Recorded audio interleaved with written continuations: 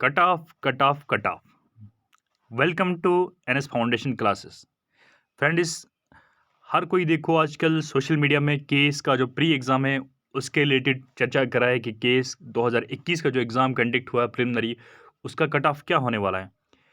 इस साल ऐसा क्या हुआ कि हर कोई इस पर डिस्कस कर रहा है कि कट ऑफ कम हो जाएगा या ज़्यादा हो जाएगा, क्योंकि ये वाकई में भी ये हिस्ट्री में पहली बार ऐसा प्रिलिमिनरी एग्ज़ाम हो गया है जहाँ पे बहुत सारी अनसर्टेनिटीज़ है।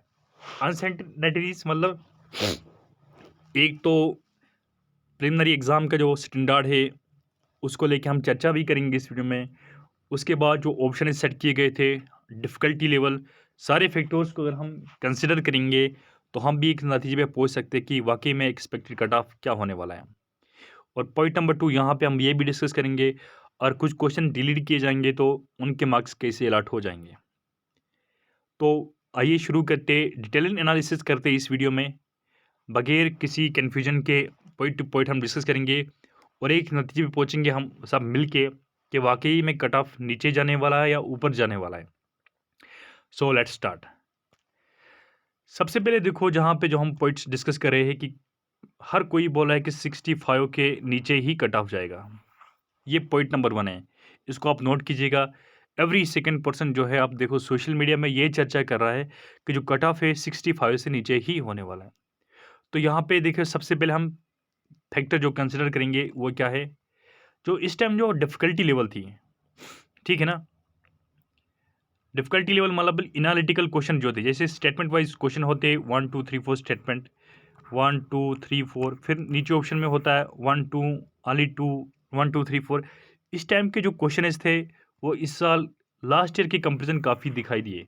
जब ऐसे क्वेश्चन होते हैं तो वहाँ पे थोड़ा बहुत गलती होने के चांसेस बहुत होते हैं, क्योंकि जब आपको ऑप्शन दिए जाते हैं 4 ए बी सी डी करके, टोटल 4, तो वहाँ पे आप एक टिक कर करते हो जहाँ पे आप श्योर होते।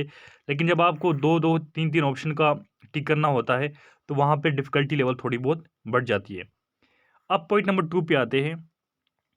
हर कैटेगरी में, चाहे वो पॉलिटी हो, चाहे हिस्ट्री हो, चाहे ज्योग्राफी हो, चाहे साइंस हो, चाहे एनवायरमेंटल सेक्शन हो, चाहे जीके हो, कुछ भी हो, मतलब जेएनके पोर्शन हो, चाहे करंट अफेयर हो, हर पोर्शन में डिफ़िकल्टी लेवल बहुत ज़्यादा थी।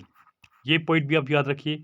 सारे पॉइंट्स को हम कंसिडर करेंगे, फिर यहाँ पे एक खुद ही हम एक नतीजे पे पहुँचेंगे कि कट ऑफ क्या रहने वाला है, फिर किस हिसाब से हमें मेंस की तैयारी करनी चाहिए।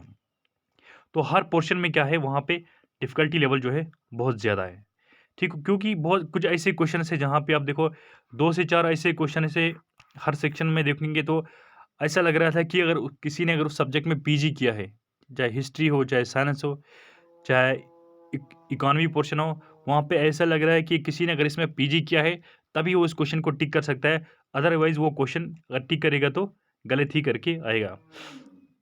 और क्वेश्चन ऐसे भी थे, अगर आप डायरेक्ट जी के बुक से पढ़ोगे या किसी और छोटी किताब से पढ़ोगे तो फिर भी फैक्चुअल जो है एरर होने के चांसेस है। अब थोड़ा बहुत यहाँ पे देखते हैं, सी सेट के बारे में बहुत सारे इश्यूज़ है कि 15 जो क्वेश्चन है वो बिना कंटेक्स्ट के आए थे, क्योंकि ना वो पैसेज से निकलते थे, ना वो तो सी सेट के क्वेश्चन थे। तो वो जीएस के क्वेश्चन उधर डाल दिए थे, उसका क्या कुछ होने वाला है, वो भी एक अनसर्टेनिटी बढ़ाता है सी सेट की तरफ। इस पॉइंट को हम लास्ट में डिस्कस करते, पहले हम जीएस में थोड़ा बहुत और डिस्कस करेंगे डिटेल में। देखो यहाँ पे क्या है, फिर और एक इशू यहाँ पे ये हो गया जीएस में, 4 से 5 क्वेश्चंस में क्या है कि हर क्वेश्चन में क्या है, इंटरप्रिटेशन जो है वो गलत निकल रही थी। मतलब कोई अगर एक कैंडिडेट पढ़ता है उसको इंटरप्रिटेशन अलग ही मिलती थी, दूसरा कैंडिडेट अगर पढ़ेगा तो उसको अलग इंटरप्रिटेशन मिली थी। मतलब हर टाइप की अगर देखेंगे तो हर किसी का जो आंसर है एक हिसाब से ठीक है सबका, और दूसरे साइड से ये भी हो रहा है तो सबका गलत भी हो सकता है। यानी कि क्वेश्चन की जो फ्रेमिंग है, फ्रेमिंग में भी काफ़ी पीएससी ने गड़बड़ किया था। वो क्वेश्चन एक हिसाब से हम गलत मानते, इस हिसाब से क्या होती है, डिफ़िकल्टी लेवल और भी बढ़ जाती है, ठीक है? और यहाँ पे और एक इशू क्या है, दूसरी बात ये भी एक इम्पॉर्टेंट फैक्टर है यहाँ पे, जो हम अक्सर डिस्कस करते हैं कि नंबर ऑफ़ कैंडिडेट जो थे वो 20,000 के आसपास थे, ठीक है ना? 20,000 कुछ थे। इस साल मतलब बहुत कम कैंडिडेट्स थे और कंपटीशन थोड़ा इसमें कम रहेगा। दूसरी बात ये भी रहेगी, सी सेट का जो है इशू है, सी सेट का इशू बहुत ही इम्पॉर्टेंट इशू रहने वाला है अब। अब सी सेट का इशू कैसे रहने वाला है, इससे पहले जो क्वेश्चन होते थे वो 80 में से आते थे, यानी कि आपको 80 क्वेश्चन होते थे और आप 27 क्वेश्चन ठीक करके आते थे, यानी कि अटेम्प्ट 40 तक कर लेते थे, तो आपको लगता था यार 27 40 में से हो ही जाएंगे। कुछ मैथ से करे थे, कुछ पैसेज का पढ़ रहे थे, तो 40 क्वेश्चन में से आपके 27, मैं बिगर मार्जिन की बात करूँ, यानी कि मैक्सिमम कैंडिडेट्स की बात करूँ, मैं सबकी नहीं कर रहा हूँ, कुछ लोग तो होते वो बहुत सारा अटेम्प्ट करके, तो कंपटीशन मैक्सिमम कैंडिडेट्स में होता है, ना कि कम कैंडिडेट्स में होता है। और कुछ लोग सारा का सारा पेपर 100% अटेम्प्ट करके आएंगे, फिर भी उसमें फ़र्क नहीं पड़ता है। अगर मैक्सिमम कैंडिडेट्स ऐसा करेंगे तो फ़र्क पड़ता है। तो इस साल क्या हो गया, 100 क्वेश्चन थे सी सेट में, तो कैंडिडेट को वही दिमाग में बैठा था कि हम 27 करेक्ट करने हैं, तो उन लोगों ने 40 तक अटेम्प्ट किया है। अब जो 40 ही अटेम्प्ट करके आएगा, 40 क्वेश्चन ही अटेम्प्ट करके आएगा, तो इसमें कुछ चांसेस है कि वो गलत भी हो जाएंगे। तो वहाँ पे 33 इस साल क्वेश्चन ठीक करने थे। अब 40 क्वेश्चन अटेम्प्ट करेगा तो 33 क्वेश्चन तो ठीक नहीं हो जाएंगे, कुछ तो गलत ही होंगे, तो वो फिर भी 2-4 मार्क्स से मेरिट में रह जाएंगे। ये भी फैक्टर इंपॉर्टेंट रोल प्लेगा। और पेपर का जो स्टैंडर्ड है, पेपर का जो स्टैंडर्ड था वो ये जो है सिविल सर्विस के लेवल का नहीं था। यानी कि जो अक्सर जो चाहे ओपन मेरिट का कैंडिडेट हो, चाहे कैटेगरी कैंडिडेट हो, वो उनका एक स्पेसिफिक मेटल, रेडीमेड मेटल होता है। जैसे कि हर कोई जो कैंडिडेट है, लक्ष्मीकांत पढ़ता है पॉलिटी के लिए, स्पेक्ट्रम पढ़ते हैं, ठीक है ना, एनसीईआरटीज़ पढ़ते हैं ज्योग्राफी के लिए, कुछ लोग एनवायरनमेंट के लिए शंकर पढ़ते हैं, कुछ लोग और रेफरेंस बुक्स पढ़ते हैं। मतलब एक स्पेसिफिक मटेरियल होता है जिसमें हम रिलाई करके पढ़ लेते थे। लेकिन इस साल ये हुआ, मटेरियल भी काम नहीं आया, क्वेश्चन कुछ अलग ही लेवल के थे, कहीं और से उठाए गए थे, कुछ डायरेक्ट जनरल नॉलेज से उठाए गए थे, कुछ डायरेक्ट गूगल से उठाए गए क्वेश्चंस थे। आप जो सर्च करोगे गूगल में तो बहुत सारे कैंडिडेट आपको ऑप्शंस भी सेम सेम आपको मिलेंगे, तो हम कह सकते हैं कि गूगल से भी क्वेश्चन उठाए गए थे। अब इसमें इंपॉर्टेंट रोल ये प्ले करता है जब अनप्रिडिक्टेबल पेपर होता है। जब अनप्रिडिक्टेबल होता है तो एक्सपेक्टेड कट ऑफ से आप ये मानो कि -10 मार्क्स लेके चलो। एक डिफ़िकल्टी लेवल अलग होती है, लेकिन अनप्रिडिक्टेबल होता है, जब आउट ऑफ कॉन्टेक्स्ट होता है। एक हिसाब से जब आप समझो कि आउट ऑफ सिलेबस जैसा पेपर था, जो आपको पता ही नहीं थी कि कहाँ से आने वाला है, जैसे साइंस के क्वेश्चन थे, तो वो इसको बोलते हैं अनप्रेडिक्टेबल पेपर। अनप्रेडिक्टेबल पेपर से हमेशा, जब चाहे क्वेश्चन ईज़ी हो, चाहे मुश्किल हो, कट ऑफ जो है -10 मार्क्स रहता है, यानी कि 10 मार्क्स हमेशा कम ही रहता है। क्योंकि अनप्रेडिक्टेबल चीज़ें वहाँ गलत करता है, इंसान को याद ही नहीं आती। ओम बिरला आपने बहुत सारे कैंडिडेट्स ने 10th में पढ़ा है, लेकिन अभी ओम बिरला का कोई क्वेश्चन देगा हमें, हम गलत करके आएँगे, क्योंकि वो हमारे एक्सपेक्टेशन के हिसाब से नहीं है पेपर में। हम एप्लाइड पार्ट पढ़ते, साइंस का भी पढ़ेंगे, या तो टेक्नोलॉजी का पार्ट पढ़ते, तो डायरेक्ट साइंस का जो फैक्चुअल क्वेश्चन होता है वो हमेशा गलत ही होता है।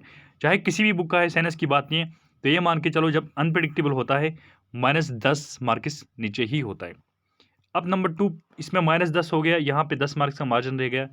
नंबर 2 पर जो है number of vacancies, number of vacancies as compare to last year तो ज़्यादा थी, 187 वैकेंसीज़ है बनस्पत की लास्ट ईयर। तो उससे भी क्या होता है, जब वैकेंसीज ज़्यादा हो तो कट ऑफ भी नीचे आ रहा है ऑलमोस्ट। और for example last year 92 open का कट ऑफ था, इस साल आपको क्या करना है, 16 से 17 मार्क्स लेके चलना है हमेशा, लेकिन डिफ़िकल्टी लेवल का भी अलग है, और हम वहाँ 6 मार्क्स लेंगे। तो मान लो कि हम 16 से 17 मार्क्स लेके चलते हैं, प्लस अनसर्टेनिटी के 10 मार्क्स लिखो, तो -27 मार्क्स आपको कंपेयर करो लास्ट ईयर से कम ही रहने वाला है, ठीक है। अगर हम करेंगे ऐसे ही 92 से, अगर लास्ट ईयर का 92 इस साल के 97 निकालेंगे, 12 में से 7 कितना रहेंगे, 5, यहाँ पे कितना 8, 8 में से 2 कितना रहेंगे, 6। तो ये इस नतीजे पे पहुँच रहे हम कि 65 के आसपास जो है वो कट ऑफ रहेगा, यानी कि 65 टू ज़्यादा से ज़्यादा, अगर कुछ ज़्यादा लोग अगर पढ़ते हैं, मैक्सिमम लोगों ने बहुत अच्छा पेपर किया है, तो उससे क्या होगा, 65 टू 70 तक खींच के जाएगा। लेकिन मुझे नहीं लगता है कि 65 से ज़्यादा हो जाएगा। 65, 64, 66 यहीं आस-पास 67 तक रहने वाला है। कुल मिला के यहाँ हम ऐसा कह सकते हैं 65 टू 68 ही रहेगा, इससे ज़्यादा नहीं जाएगा।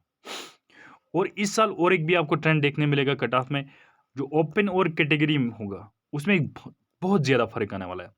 क्योंकि देखो कैटेगरी जो स्टूडेंट्स होते हैं, चाहे एससी हो, चाहे एसटी हो, उनके पास ज़्यादा सोर्सेस होते नहीं है पढ़ने के लिए, उनको ज़्यादा, वो तो ट्रेडिशनल वे में पढ़ते हैं, जैसे सबने कहा, किसी ने सुना, तो वो बेचारे क्या होते हैं, अक्सर जो कट ऑफ क्रॉस कर चुके होते 1-2 मार्क्स से।